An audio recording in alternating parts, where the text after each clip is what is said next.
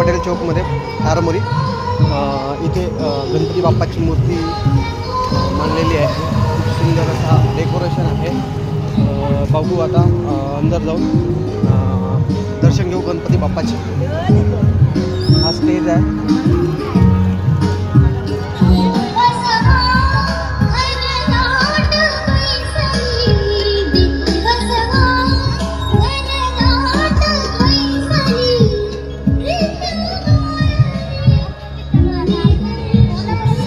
मूर्ती आहे गणपती बाप्पाची, खूप मोठी पण आहे.